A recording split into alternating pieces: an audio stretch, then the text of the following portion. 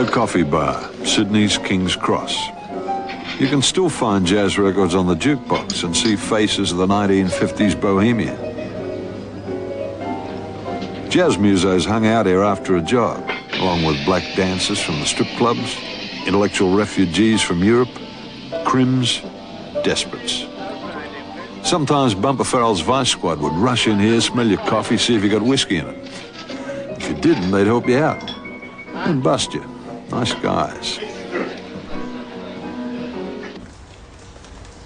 Australia was what you might say a little isolated in the 50s, and modern jazz, well, that was something very different.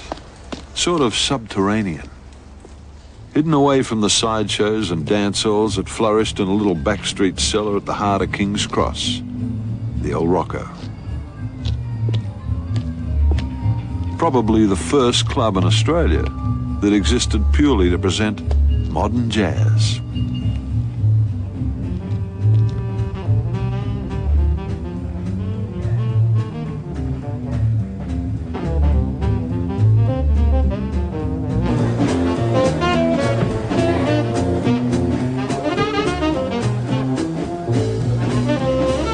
Often wondered what drew us here when the official language of rebellious youth was rock and roll.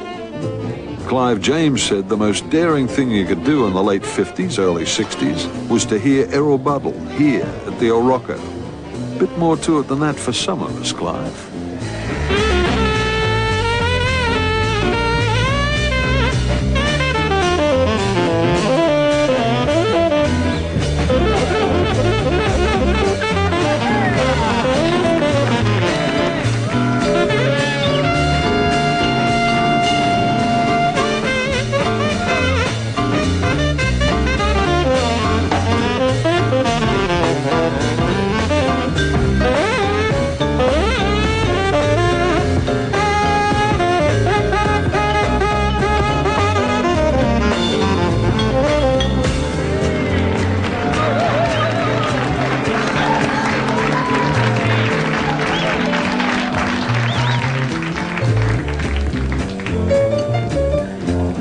For some, the appeal was purely musical.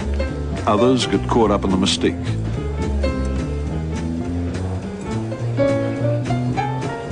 But either way, our suits were hip. And to be hip means you had to have, or believe you had, esoteric knowledge not shared by the mainstream. You dig what I'm putting down, man?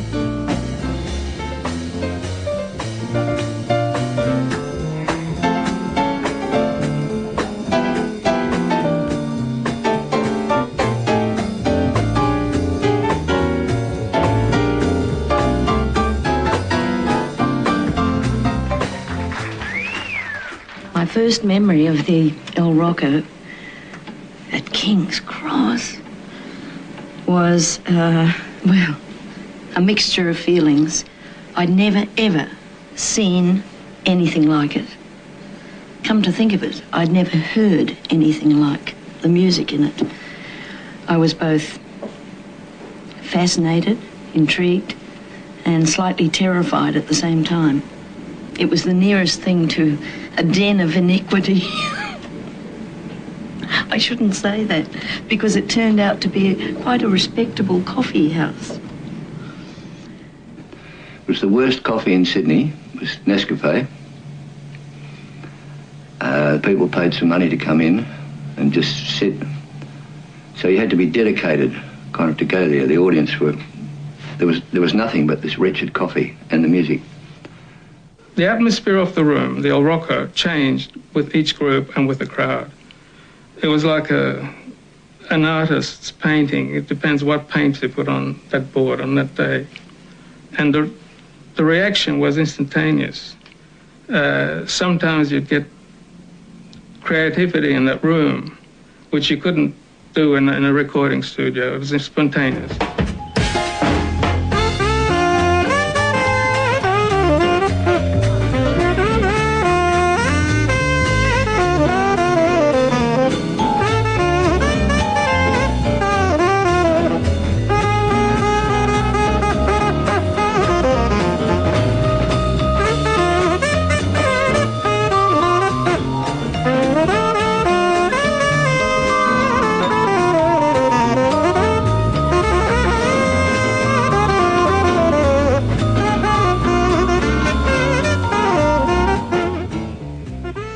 there's always been some amount of clubs around, there wasn't one that gave the opportunity that the El Rocco gave when it opened.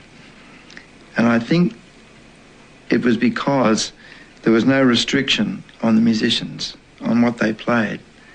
I remember when I was doing TV shows, like a lot of us were, you know, Graham Lyle, Eroll Buddle, if we weren't actually on the night playing at the El Rocco, we would always drive as fast as we could back to the El Rocco just to catch the last set of somebody else.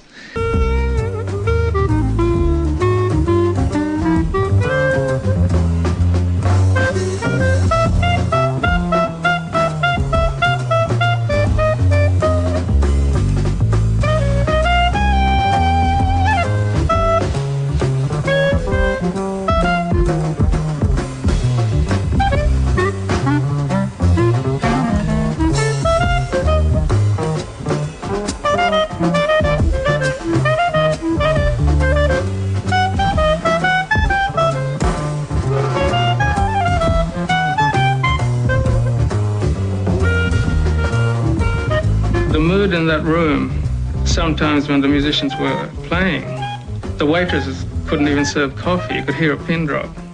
The customers, they weren't allowed to talk, virtually.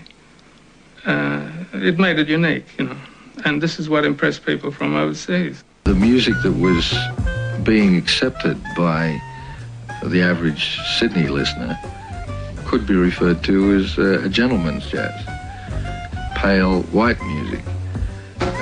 Certainly had the beat, had the melodies, had improvisation, which generally was repetitive improvisation. But the people liked it because collectively they could hear the sound that came off the stand, they could talk to it, they could enjoy the atmosphere and say, and applaud greatly at the end of it and say, wonderful atmosphere, wonderful music, aren't they great?